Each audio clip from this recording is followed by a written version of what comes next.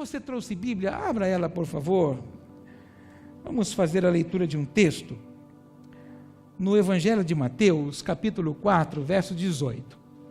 Evangelho de Mateus, capítulo 4, versículo 18. Eu peço ao Espírito Santo que me dê graça, para que eu possa compartilhar com você aquilo que ele falou ao meu espírito, para que você possa entender da forma como ele ministrou a minha vida, para que eu possa ministrar a sua.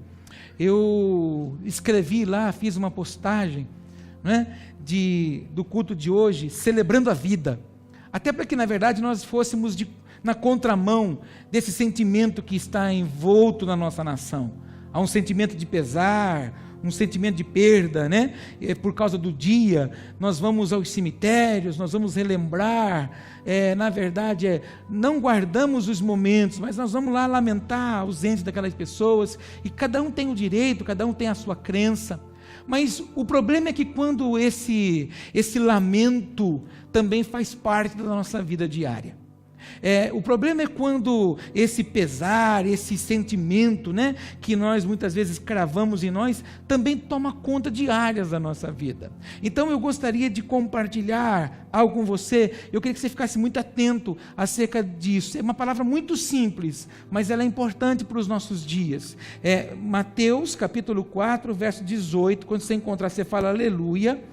Diz assim o texto: e Jesus, andando junto ao mar da Galileia, viu a dois irmãos, Simão, chamado Pedro, e André, seu irmão, os quais lançavam as redes ao mar, porque eles eram pescadores. E disse-lhes: vinde após mim, e eu vos farei pescadores de homens. Então eles, deixando logo as redes, seguiram-no. Eu vou ler de novo os 3 versículos com você. E Jesus, andando junto ao mar da Galileia, viu a dois irmãos, Simão, chamado Pedro, e André, seu irmão, os quais lançavam as redes ao mar, porque eram pescadores.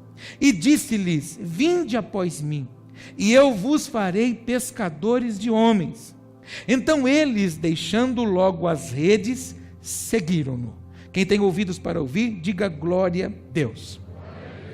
Quando você olha para esses 3 versículos, ele resume bem aquilo que o Senhor fez comigo e fez com você. Na verdade, quando nós estamos dentro da igreja, ou quando nós confessamos Jesus como nosso único e suficiente Salvador, vamos às águas do batismo, e depois caminhamos com o Senhor, até mesmo somos inseridos para alguma coisa no serviço, na obra de Deus, não é? Começamos a doar o nosso tempo em prol de alguém. Na verdade, tudo que nós olhamos para esse texto é o desejo que o Senhor teve comigo e com você. Nós não estamos aqui dentro desse prédio porque a escolha foi nossa. Não. Antes de eu e você escolhermos Jesus viu você. Jesus olhou você. Jesus contemplou você. Jesus sonhou com você. Diga para o teu irmão: Jesus viu você. Jesus contemplou você. Jesus sonhou com você. Sonhou tanto que te fez do jeito que você é, lindo, não é? Do jeito que você é, paciencioso, do jeito que você é, educado, carinhoso, leve nas palavras, come moderadamente, aleluia. Ele fez-nos desse jeito, porque nos ama. E o problema nosso, na verdade, é querer encontrar perfeição nas pessoas, ou quando não, queremos que as pessoas tenham as mesmas reações do que a nossa. Não vai ter. Na verdade, eu domino algumas habilidades, você domina outras habilidades, e é justamente para isso, para que ninguém seja maior do que ninguém, para que na verdade um necessite do outro, para que na verdade nós nos tornemos então um braço forte, um corpo forte, e nos tornemos órgãos que dependem um do outro para caminhar no propósito. Mas o Senhor nos fez assim, escolheu a mim e a você assim. Bem verdade é que um bom período da minha vida eu vivi desgarrado da verdadeira palavra. Eu estava preso na religião, mas não conhecia o Cristo da palavra, não conhecia o Espírito Santo que habitava em mim, mas que na verdade não estava expresso a mim. Por um bom tempo eu vivi distante do Senhor, e alguns de nós, por vivermos longe, e aí quando encontramos com Cristo, logo falamos: puxa, por que eu não encontrei Jesus antes? Não, você encontrou, na verdade, você se encontrou com Jesus no momento certo, porque Ele viu você, Ele conheceu você. E quando nós olhamos para esse texto, está passando Jesus, vê Pedro e vê também o André. Ele viu, o Senhor desejou aqueles dois homens, assim como o Senhor também desejou você. Todos comigo entendem isso que eu estou dizendo? Repete para o irmão não esquecer: o Senhor desejou você. Fala, porque Ele viu você.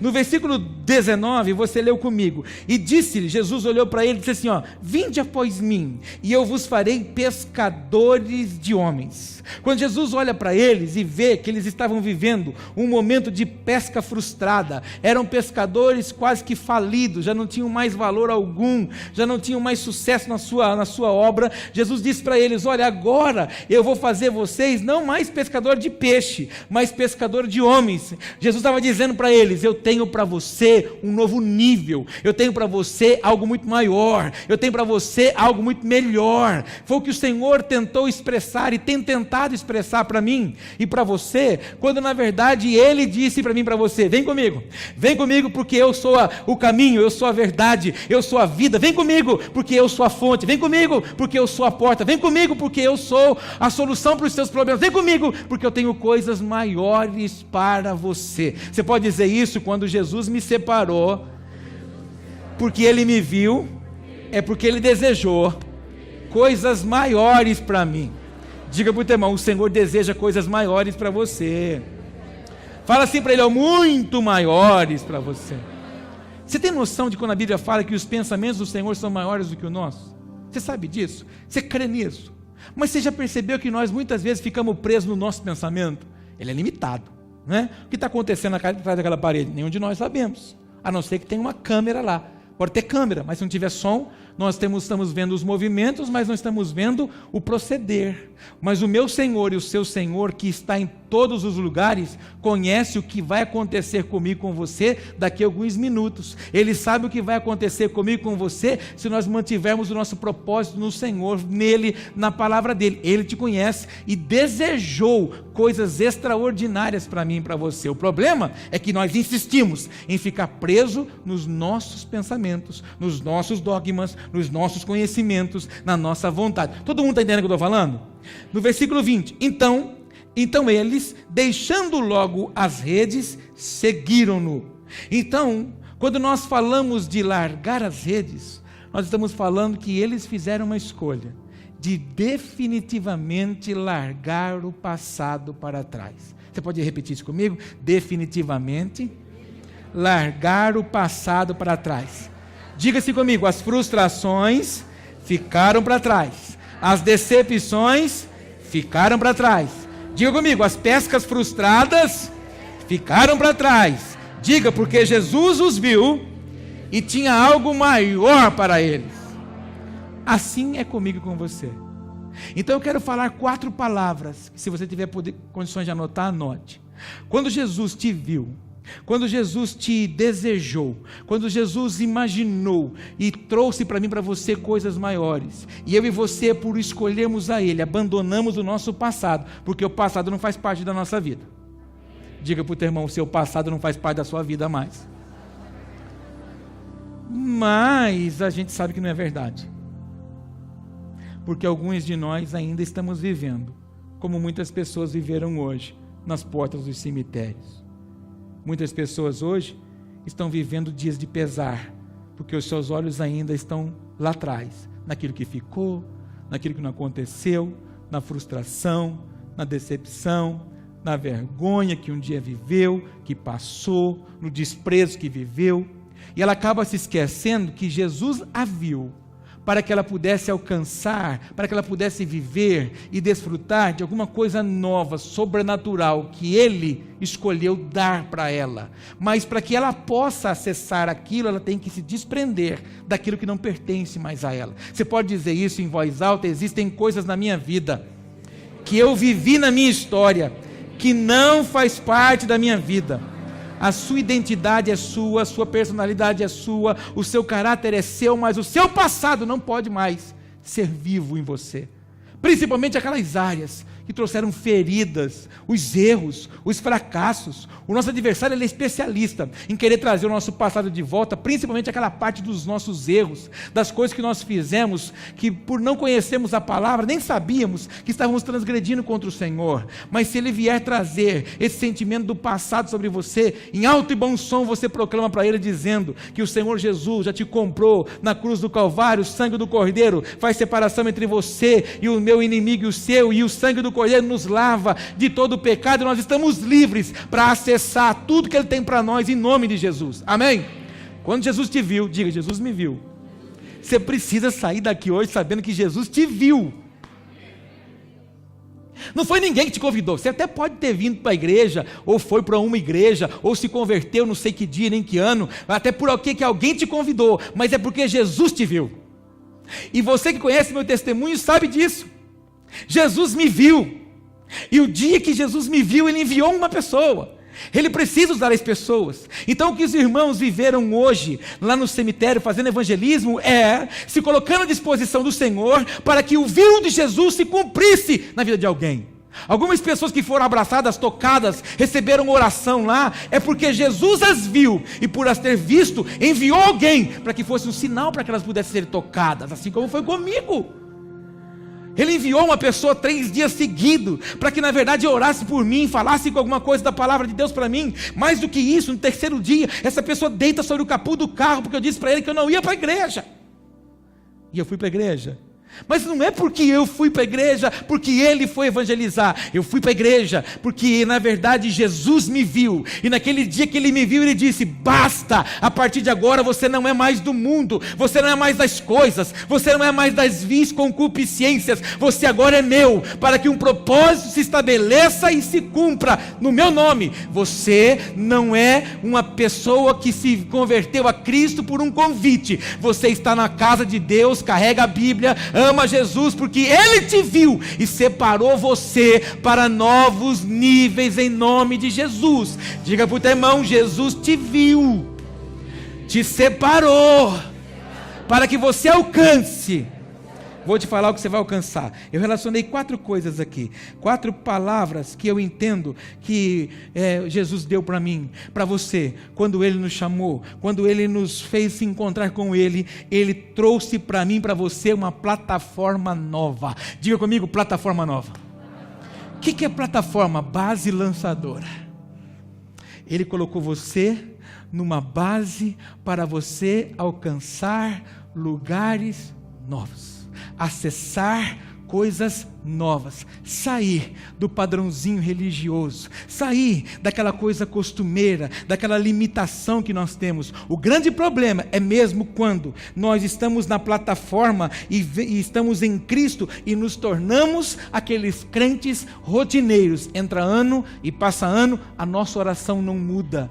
O metanoia, a renovação da mente, não vem sobre mim, sobre você. Nós temos que viver em ciclos de renovação, porque quem não se renova não traz frutos novos. Quem não se renova não desfruta de um novo nutriente para suas resistências, para sua raiz. Você e eu precisamos nos renovar. Para isso precisamos se apoderar de uma plataforma que o Senhor tem para que eu e você alcance lugares novos. Eu não sei, querido, o que você tem esperado do Senhor em 2017. Se você estiver esperando só a glória dele, é o suficiente, porque os sinais seguem os que creem. Mas se você fez algum propósito para ele, está esperando alguma coisa, eu preciso dizer uma coisa para você. Talvez nessa noite o que o Senhor quer dizer para você é: sai dessa plataforma rotineira que você criou e se deixe ser levado para níveis novos, para níveis maiores. Ele tem uma plataforma para você alcançar lugares altos em nome de Jesus. Diga para o teu irmão: quando Jesus te viu, deu para você uma plataforma Pega essa frase agora, ó, para níveis novos. Segunda coisa que ele te deu foi uma estação nova. Diga, quando eu encontrei Jesus, ele me deu uma estação nova. Para que ele te deu uma estação nova? Para você desfrutar dos períodos de colheita sem se apavorar.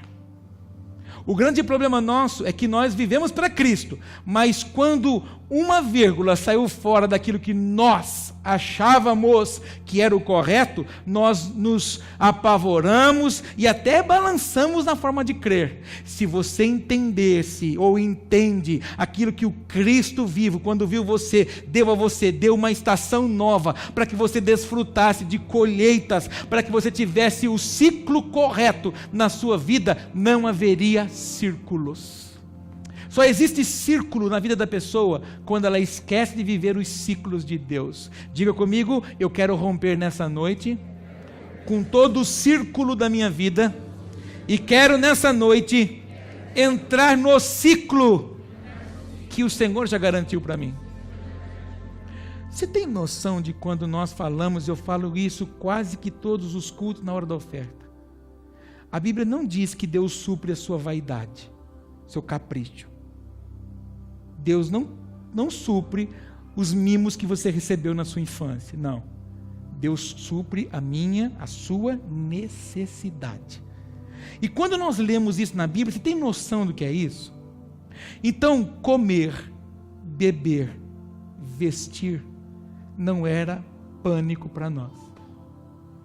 Porque isso é uma necessidade do ser humano. Você vive sem comida? Você vive sem roupa? Na sociedade que nós vivemos, a gente não anda pelado, não é? Então a gente precisa disso, isso é uma necessidade. Então tudo que é necessidade está garantido pela palavra que Ele tem dado para mim e dado para você. Mas o problema é que nós queremos que o Senhor olhe para aquilo que nós achamos que é uma necessidade para nós e muitas vezes nos apavoramos e por causa disso não desfrutamos das estações que Ele tem para nós. Não deveria haver em nós desespero acerca das finanças, porque se o mundo geme por crise, eu e você glorificamos a Cristo. Nossa, pensei que esse amém ia ser de pular da cadeira. Vou repetir a frase, quer ver? Ó?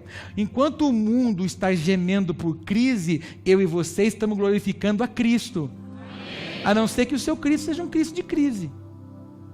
Eu falei aqui no início desse ano, que era o ano em que iria acontecer o maior número de crescimento na vida das pessoas. É o ano de maior abertura de empreendimentos, é um ano de crise. Ah, você está louco? Não, é no período de adversidade que Deus levanta os seus. É no período de adversidade que Deus levanta José, que faz brotar na escassez, que faz, na verdade, dar destino, ou melhor, administra com sabedoria no tempo de coisas poucas, que o pouco para mim e para você é o suficiente para prosperar. Diga para o teu irmão, o pouco na sua mão é o suficiente para você prosperar. Então, se você tem empresa, se você trabalha numa empresa que está para aumentar, eu estou liberando uma palavra para você lá, ó. É o período de você progredir, você crescer, expandir, estabelecer. Está pensando em abrir uma portinha? Não abre portinha não, abre portona. Vai em nome de Jesus, porque é o período, a estação, o ciclo, está garantido para nós, mas a gente tem o quê? Medo. Se tem medo, significa que nós não nos libertamos do nosso passado e não nos apoderamos da palavra. Se você tiver a palavra, você não precisa de mais nada. Um dia, um irmão me ligou a respeito do investimento. Ia fazer um investimento e aí falou para mim, mas ofereceram para mim um ponto, mas lá está o fulano. E eu mandei de bate pronto, sem pensar. Eu falei, você não precisa do fulano, você precisa de Cristo. Aleluia, essa era a palavra. Tchau. E pá, montou o negócio. Porque nós não precisamos de nada. Nós não precisamos de ponto estratégico, porque o bom atendimento leva a gente, o preço leva a gente, a sua graça leva a gente. Você não precisa de ponto não, irmão. Pode montar monta um negócio para vender pão com... Olha, eu estou falando isso aqui faz uns 3 anos. Monta um negócio para vender pão com mortadela. Manda a padaria fazer um pão do tamanho desse tablet aqui, ó, quadrado. Diferente, só vê pão redondo, comprido, gigante, aqueles de metro que você come, não é? Mas manda fazer um quadrado e vende pão, mortadela, 2 gotinhas de limão, uma alface lisa no meio e Só da 15. Você vai ficar... Você está dando risada, mas você está fazendo assim, ó. Nossa. Você vai ficar milionário aqui em Jaú. Você vai ter franquia, as pessoas vão bater na sua porta. Você vai em São Paulo, você vai para São Paulo, você parece um louco comendo pão com mortadela no Mercadão, esganado. Louco, esganado. Por quê? Porque você gosta disso. E você vai lá naquele negócio sujo, lá fedido, você enfrenta a fila, e aquele trânsito louco lá da Avenida do Estado, você vai lá para comer pão com mortadela. Ai, irmão, nego vem de todas as partes do estado de São Paulo para comer leitoa ali no Polaco, irmão. Vai vir comer pão com mortadela e linguiça lá na sua casa em nome de Jesus. O problema é que você não crê.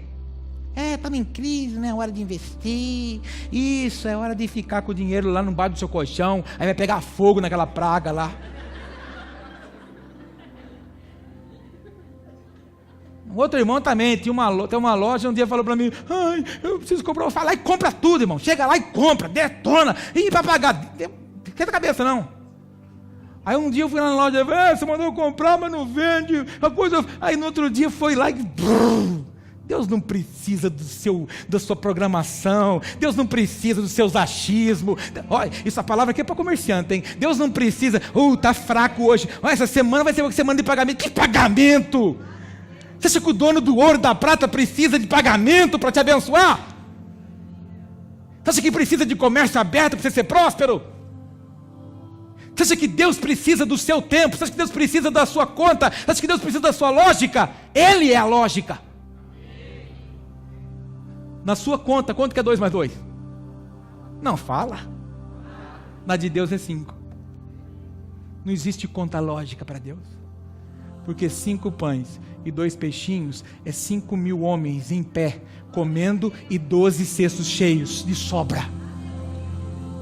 A lógica de Deus é entregar 5 pães e 2 peixinhos na mão de uns negros loucos, que era louco também, porque só pode ser louco para catar aquilo lá na mão. E começa a dar para as pessoas. Quando eu falo disso, eu me arrepio, eu me emociono de falar disso, irmão. Jesus corta os 5 pãezinhos, pão de cevada. O ano que vem você vai comer pão de cevada lá em Israel, você vai ver que treva que é aquilo. Irmão, não é duro, é um negócio esquisito. E ele picou aqui e falou: vai dar pão para aquele povo? E os discípulos começam a dar pão. Era 5.000 homens, irmão. E só tinha 5 pães. E acabava de dar o pão. Onde que eles iam buscar mais? O pão multiplicava na mão deles. Se você entender o que o Senhor já deu para você, você vai viver ciclos de multiplicação em nome de Jesus. Põe a mão no ombro do teu irmão e libera na vida dele. Fala: ciclo de multiplicação, meu irmão, em nome de Jesus. Ciclo de multiplicação. Aí, quando Jesus te viu, Ele te deu uma autoridade nova. Diga: Jesus me deu uma autoridade nova. Está na palavra: eis que vos dou poder, eis que vos dou dunamis, eis que vos dou autoridade. Então Ele deu. E quando Ele te deu autoridade é para quê? Para avanço. Quando Ele te dá autoridade é para quê? Para manifestar reino, para conquistar o espaço onde nós estamos. Então bate no peito e fala assim: eu tenho uma autoridade delegada por Jesus sobre a minha vida. Quando Jesus te viu, Ele te deu a 4ª coisa: revelação. Repete: Jesus me deu revelação. Quando nós falamos de revelação, é domínio, é governo. Só tem domínio de situações, de ambientes, aqueles que têm a revelação pelo Espírito do Senhor. Mas se nós ainda nos mantermos apegados em coisas do nosso passado, nós não vamos conseguir desfrutar da plataforma, da estação, da autoridade, da revelação. Quando eu escrevia isso, hoje, eu falei: meu Deus, eu preciso que o Senhor me dê graça para que eles possam entender essas 4 palavras. Ou seja, essas 4 palavras resumem muito bem o que aconteceu com a mulher. Aquela mulher que o marido, que era profeta, morre. E ela fica sem recurso nenhum, ela vai até o profeta. E aí, ela pede para o profeta uma palavra, uma ajuda, um auxílio, porque senão os credores viriam tomar os filhos, porque era assim que se fazia, não tinha dinheiro para pagar, tomava os filhos como escravo. Então aquela mulher recebe uma palavra do profeta: o que você tem em casa? Ela, a primeira vez que ela responde para ele, ela fala: nada. Aí ele pergunta de novo: o que você tem em casa? Ela diz: só uma botijinha. Só uma botijinha com um fiozinho de azeite. Ele falou assim: então vai, pega agora vasilhas com todos os seus vizinhos e começa então a encher. Ela podia muito bem ter virado as costas e ter dito: eu vim aqui buscar uma palavra, não uma loucura. Eu precisava ter vindo aqui buscar uma direção firme desse homem, não que ele dissesse para mim que eu pegasse aquela botijinha, com aquele fiozinho de azeite e levasse para casa, ou melhor, pegasse em casa mais vasilhas dos meus vizinhos e enchesse. Fica vendo a cena. Ela pega aquela botijinha que ela disse que não tinha nada, só um fiozinho de azeite, e começa a encher as botijas, e as botijas transbordavam. A multiplicação acontecia na mão dela.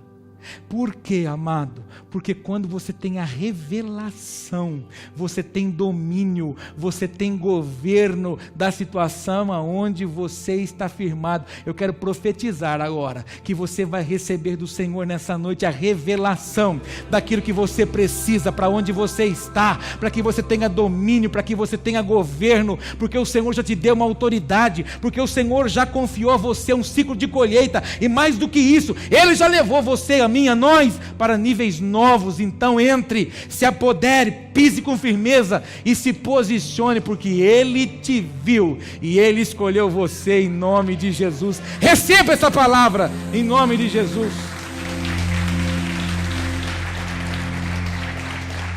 Recebeu? A pregação é agora, João capítulo 21, abra lá. Pegue agora o que você vai ouvir, João capítulo 21, verso 1. Diga comigo: Jesus me viu. Muito bem, guarde essa frase que nós vamos precisar dela no final. João 21, 1. Nossa, após 21, 1. Olha, vou até jogar amanhã. Você vai jogar amanhã? Você vai ver o que vai jogar amanhã. João 21, quando você encontrar, fala aleluia. De vez em quando você está em algumas igrejas e você fala: João 21, bateu aqui. Nenhum que grita. Era tão viciado em jogar tómbola, essas coisas, que ele pensa que é o número da cartela dele. Jesus ama, que tribulação, né, irmã? Pelo amor de Deus. Vamos lá, João 21, 1. Depois disso, manifestou-se Jesus outra vez aos discípulos junto do mar de Tiberíades. E manifestou-se assim. Presta atenção que você vai ler. Estavam juntos Simão, Pedro e Tomé, chamado Dídimo. Diga comigo: sempre tem um Tomé. Fala por o irmão do seu lado assim: você não é o Tomézão não, né, irmão? Tomézão é o meio incrédulo. Todo lugar tem um incrédulo.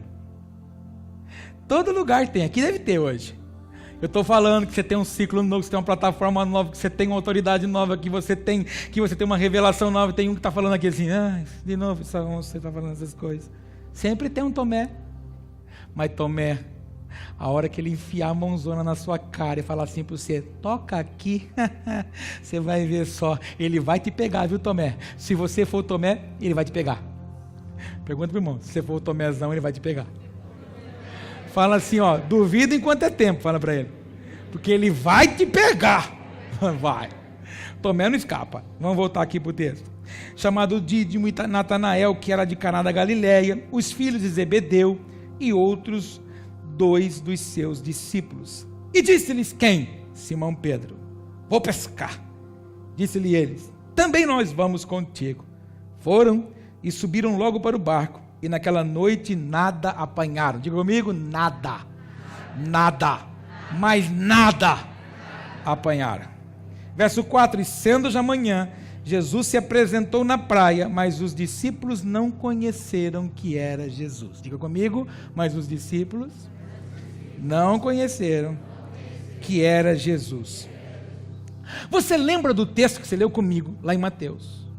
Que Jesus passa perto do Pedro e fala assim: ô Pedrão, ô pescador frustrado, a partir de agora você não pesca mais, você vai ser pescador de homens. Você não vai pescar mais peixe, Você vai pescar agora pessoas para o meu reino. Aí, como Jesus tinha visto, Jesus deu autoridade para eles.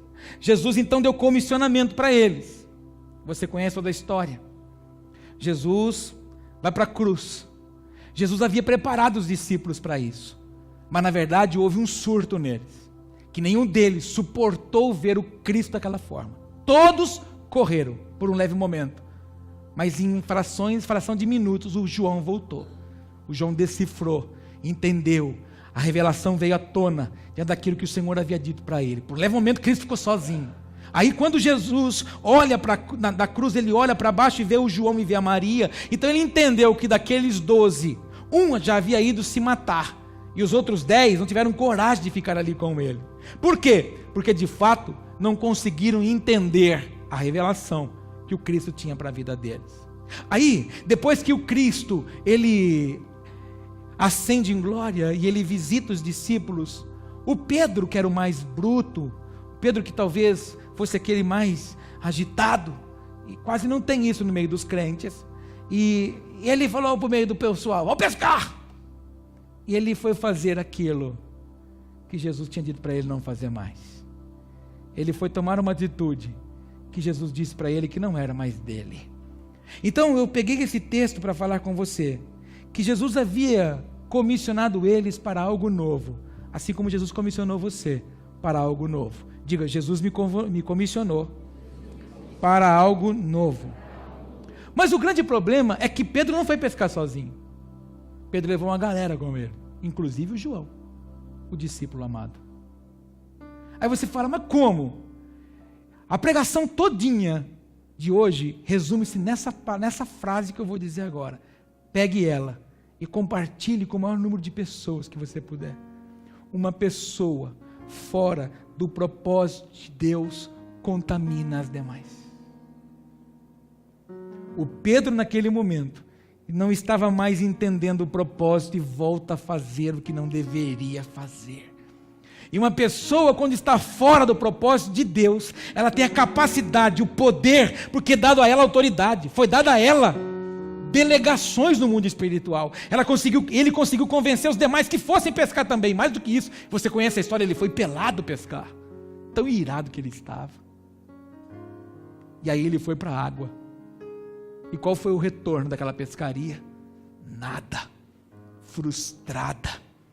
Porque na verdade ele quis ressuscitar aquilo que o Cristo já havia sepultado. Esse é o problema de muita gente dentro das igrejas. Elas querem ressuscitar o que Deus já anulou da vida dela. Elas querem trazer de volta coisas na vida delas que Deus já reprovou, que o próprio Cristo disse: não é mais seu. Eu trouxe algo novo para você. Não é mais para você viver aquilo. E eles insistiram em viver aquilo. Mais do que isso, quando Cristo se aparece na beira da praia, ninguém consegue entender que Cristo estava lá. Gente fora do propósito quebra a intimidade. Não consegue mais identificar quando Cristo está falando. Infelizmente, muitas pessoas dentro das igrejas também vivem assim. Carregam Bíblia, sim. Vão na igreja, levantam as mãos, louvam, adoram o Senhor. E mais do que isso, existem muitos que estão servindo em cargos na igreja assim, mas não conhecem mais Jesus. Jesus está falando, mas ela não está dando nem aí. Jesus está se movendo, mas ela não está nem aí, porque na verdade ela já não conhece mais. Ela quer sepultar na vida dela coisa que o Cristo já descartou, já falou: não, isso não é mais seu. Jesus disse para Pedro: Pedro, você não pesca mais, não é mais para você. O seu propósito agora é outro. Não é mais varinha na água, Pedro. Agora é ministrar vidas, é sarar pessoas, é restaurar as pessoas. É isso que o Cristo falou para Pedro. E você sabe o que Cristo já falou para você.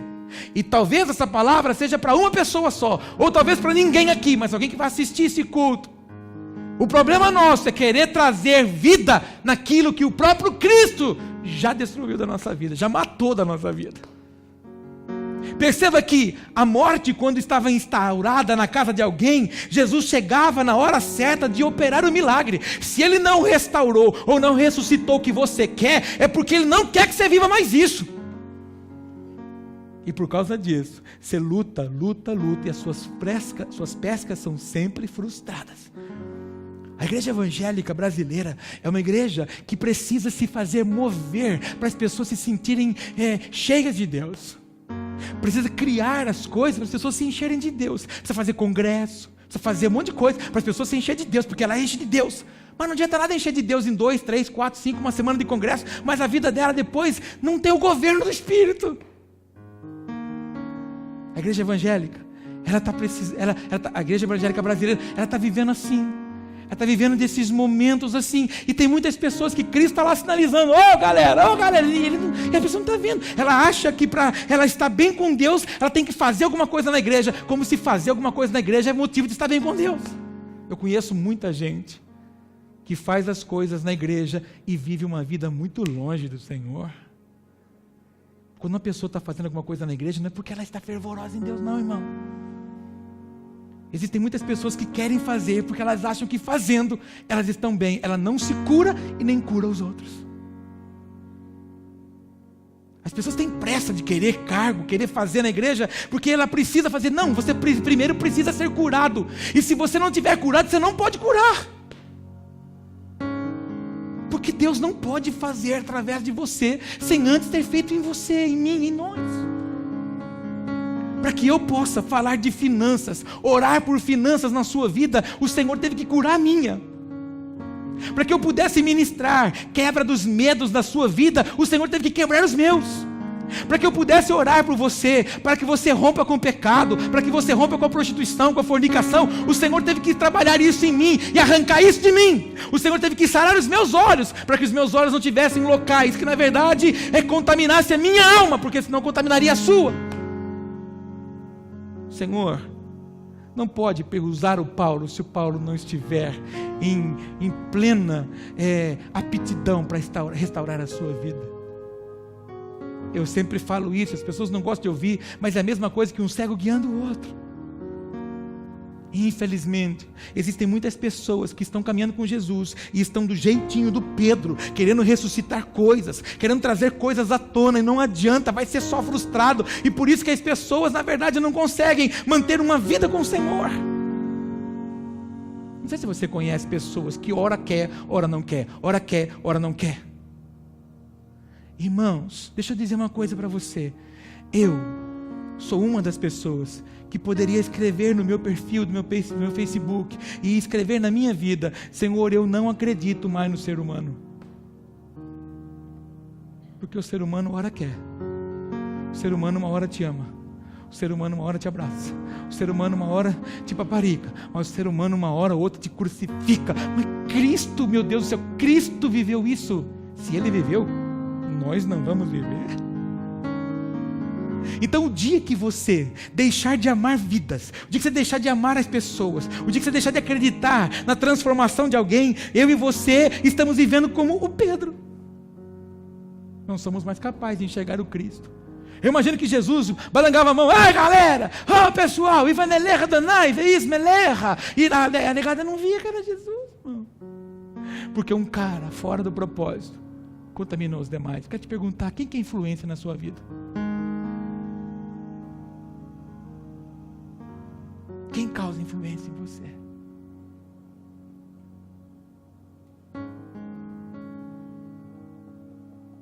Cuidado com quem você está andando. Cuidado com o que você anda se alimentando. Nem tudo que reluz é ouro. Já te ensinaram isso. Aí você abre sua alma. Aí, uma vez eu preguei aqui na igreja. Eu vim aqui na igreja e vim com rosas na mão. E aí eu comecei a falar para os irmãos e fui tirando as pétalas da rosa. Você quer tocar na essência da rosa? Tira todas as pétalas dela. Mesmo assim, está lá. Depois você tem que cavocar ainda com muita força para poder soltar. Está lá, ninguém toca. Está protegido. E a sua vida? Está protegida? Seu coração, suas emoções, as palavras que o Senhor disse a seu respeito, as promessas que o Senhor disse a seu respeito. Está protegida? Elas estão vivas? Ou eu e você? Estou falando eu e você, tá bom? Agora não é nível pastor e discípulo, não é mais pai e filho, agora é filhos de Deus. Nós estamos aqui no mesmo nível. Será que nós não estamos que nem Pedro, não? Querendo voltar a fazer algumas coisas que o próprio Cristo falou: viu, isso aí não é mais para você.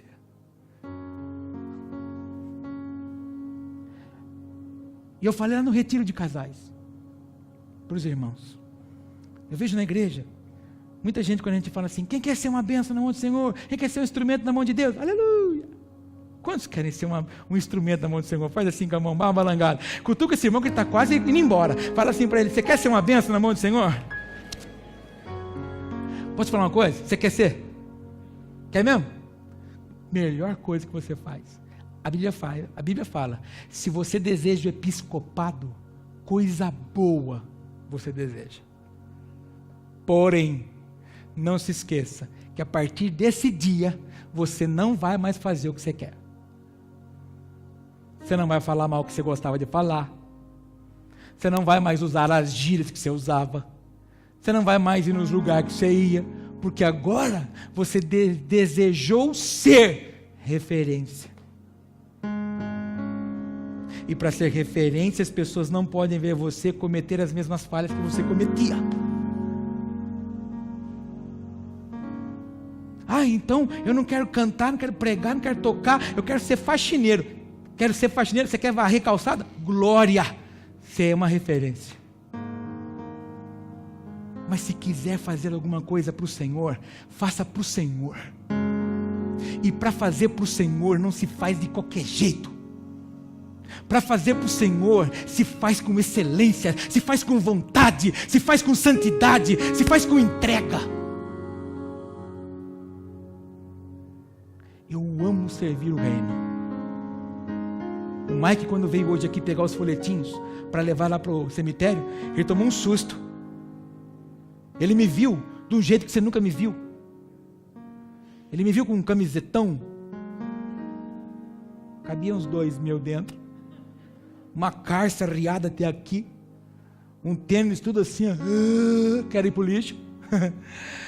E um rodo desse tamanho, bicho, porque é para passar no corredor lá numa vez só. Eu estava, sabe, fazendo o quê? Essas máquinas de ar foram higienizadas. Sujou todo o templo. Eu vim aqui passar cheirinho, varrer tudo, deixar a casa prontinha para você.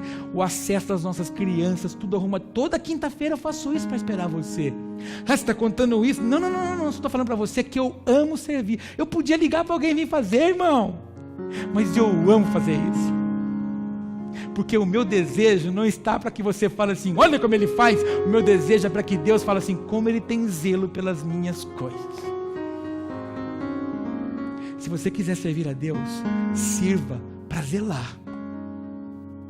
Eu fico apavorado na igreja, quando nós compramos as coisas, as pessoas tratam as coisas, equipamento, instrumento, material, carteira. Quando seus filhos riscam a parede lá, risca a carteira, eu fico maluco. Porque eu imagino que ele risca a mesa na sua casa também. Risca a parede da sua casa. Eu imagino que ele faz assim também. Só imagino. Olá. Irmão, sabe por quê? Porque se na casa de Deus a gente não ensinar as pessoas a honrarem, a preservarem, como é que vai ser, irmão? Você imaginou se a gente ficar subindo aqui nas cadeiras, eu chegar aqui na hora do louvor e chutar retorno, irmão? Irmãos, não perca Jesus de vista, por favor. Ele já confiou autoridade, ciclos, revelação. Ele já confiou tudo isso na sua mão, para que você não volte a praticar o que não era para praticar. Eu não sei para quem é essa palavra, mas eu sou obediente. Porque tudo que eu ia pregar hoje, estava tudo pronto lá já, estava tudo desenhadinho, bichinho, colocado tudo, mas não era isso. Então, Pedro teve frustrações, porque voltou a fazer o que Cristo já havia tirado da vida dele. Eu quero orar nessa noite com você, para que a nossa vida entre dentro da plataforma, da estação, da autoridade e da revelação. Você pode ficar em pé? Mais que ser bem-vindo, nós te desejamos outra vez.